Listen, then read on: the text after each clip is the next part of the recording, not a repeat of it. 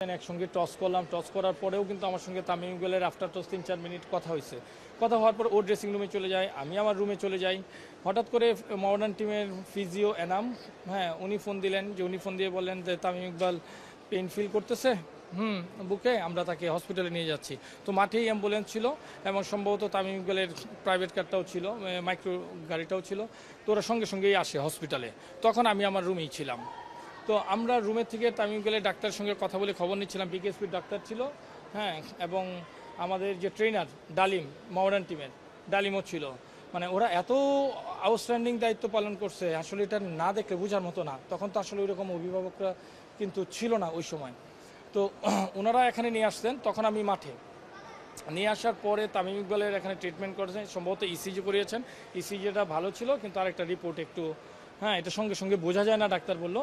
তো তামিম ইকবাল বললো আমি এখন বেটার ফিল করতেছি।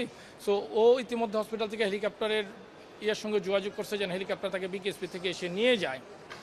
তারপরে সে তখন অ্যাম্বুলেন্সে করেই কিন্তু বিকেএসপিতে আসে। তো এর মধ্যে আমাকে বললো মডার্ন টিমের ম্যানেজার যে হেলিকপ্টার আসতে পারে, এসে তামিমকে নিয়ে যেতে পারে। তো আমরা যখন আকাশ হেলিকপ্টারের শব্দ শুনলাম, আমি সঙ্গে সঙ্গে আমার গাড়ি নিয়ে আপনার অ্যাথলেটিক ট্র্যাকে আসলাম বিকেএসপির, যে জায়গায় হেলিকপ্টার ল্যান্ড করছে। আমি এসে দেখলাম হেলিকপ্টারটা ল্যান্ড করছে, তামিমের অ্যাম্বুলেন্স ঢুকছে, পিছনে আমার গাড়িটা ঢুকতেছে। খুব অ্যাম্বুলেন্সটা খুব দ্রুততার সঙ্গে যাচ্ছে।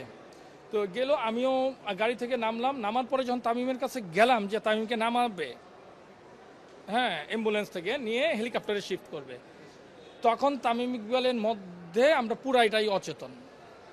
হ্যাঁ, পুরোপুরি অচেতন, মুখ দিয়ে আপনার ফেনা পড়তেছে। ডাক্তার বলতেছে, ডাক্তার যে ছিল বিকেএসপির, উনি বলতেছে পালস পাওয়া যাচ্ছে না, খুবই খারাপ অবস্থা। এর মধ্যে ডালিম পাঞ্চ করতেছে, তাদের যে প্রাথমিক ট্রিটমেন্টটা দেওয়ার, মানে এতই বাজে অবস্থা। তখন আমি সঙ্গে সঙ্গে ডাক্তারকে জিজ্ঞেস করলাম, ডাক্তার সাহেব, আমরা কি তাকে হেলিকপ্টারে ঢাকা নিব নাকি আমরা আবার হসপিটালে ব্যাক করবো, কোনটা? হ্যাঁ, বলতেছে অবস্থা কিন্তু ভালো নয়।